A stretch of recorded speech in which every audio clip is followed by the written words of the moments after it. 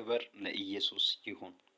እንደገና ደግሞ ኤፌሶን መልእክት ምዕራፍ 1 ከቁጥር 13 እና 14 እንደዚህ ይላል። እናንተም ደግሞ የእውነትን ቃል ይኸውም የመዳናችሁን ወንጌል ሰምታችሁ ደግሞ በክርስቶስ አምናችሁ በተስፋው መንፈስ በመንፈስ ቅዱስ ታተማችሁ። እርሱም የርስታችን መያዣ ነው፣ ለእግዚአብሔር ያለው ሁሉ እስኪዋጅ ድረስ ይህ ለክብሩ ምስጋና ይሆናል ይላል። በዚህ ቦታ አንድ በረከትን ይናገራል። የእውነትን ቃል ሰምታችሁ የእውነትን ቃል እሱም የመዳንን ወንጌል ሰምታችሁ በክርስቶስ ኢየሱስ ካመናችሁ በኋላ በተስፋው መንፈስ በእግዚአብሔር መንፈስ ቅዱስ ታትማችኋል ይላል። ክብር ለኢየሱስ ይሁን።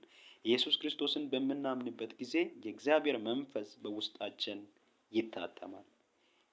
የእርሱ ልጆች ናችሁ፣ የእርሱ ወራሾች ናችሁ፣ ርስት አላችሁ በሰማይ እያለ ሁል ጊዜ የተባረከውን ተስፋችን የሚገለውን የእኛን ራስ የሆነውን ክርስቶስን ሁል ጊዜ ከፊታችን ያለውን የድል ሕይወትን የሚገልጥልን የእግዚአብሔር መንፈስ ቅዱስ ነው።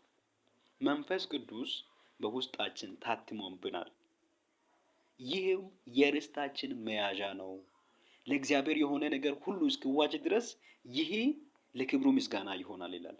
አሁን ደህንነት ያገኙ አንደኛ መንፈሳችን ነው። ሙሉ በሙሉ መዳንን ያገኙ ፍጹም የሆነው የሰውነት አካል ወይም የኛ ማንነት አንደኛው መንፈሳችን ነው። ስጋችን ሙሉ በሙሉ አልተዋጀም፣ እየሞተ ነው፣ ወደ አፈር እየተቀየረ ነው።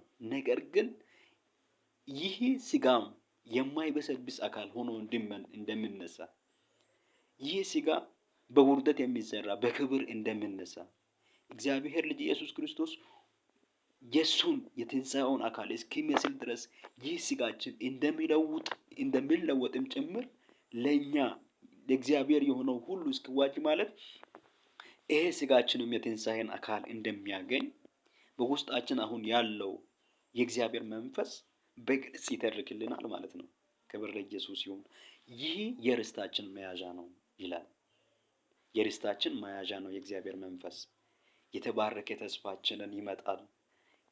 እንዲያውም በሌላ ቦታ በሮሜ መልእክት ላይ በምናነብበት ጊዜ የፍጥረት ናፍቆት የኢየሱስ ክርስቶስ መገለጥ ነው ይላል። እኛም ደግሞ ከፍጥረታት ጋር እንቃትታለን። መች ትመጣለህ? መች ትገለጣለህ? ይህ ስጋችን መች አጠቃላይ መዋጀትን ያገኛል እያልን ሁልጊዜ እናለቅሳለን፣ እንቃትታለን። የሰማያዊውን መኖሪያ ለማግኘት ይህን ምድር ኑሮ ድንኳናችንን ፍራሽ የሆነውን ነገር ጥለን ለመሄድ ሁልጊዜ እንናፍቃለን፣ እንጓጓለን ይላል። ይህን ጉጉትን በውስጣችን የፈጠረው የተባረከ ተስፋችንን እንድንጠብቅ የሚያደርገን ለርስታችን መያዣ ሆኖ የተሰጠ የእግዚአብሔር መንፈስ ነው። ክብር ለኢየሱስ ይሁን። እሱ በመገለጥበት ጊዜ በሙላት እናውቃለን። አሁን ግን በከፊል ነው፣ የመረዳት ጉዳይ በከፊል ነው።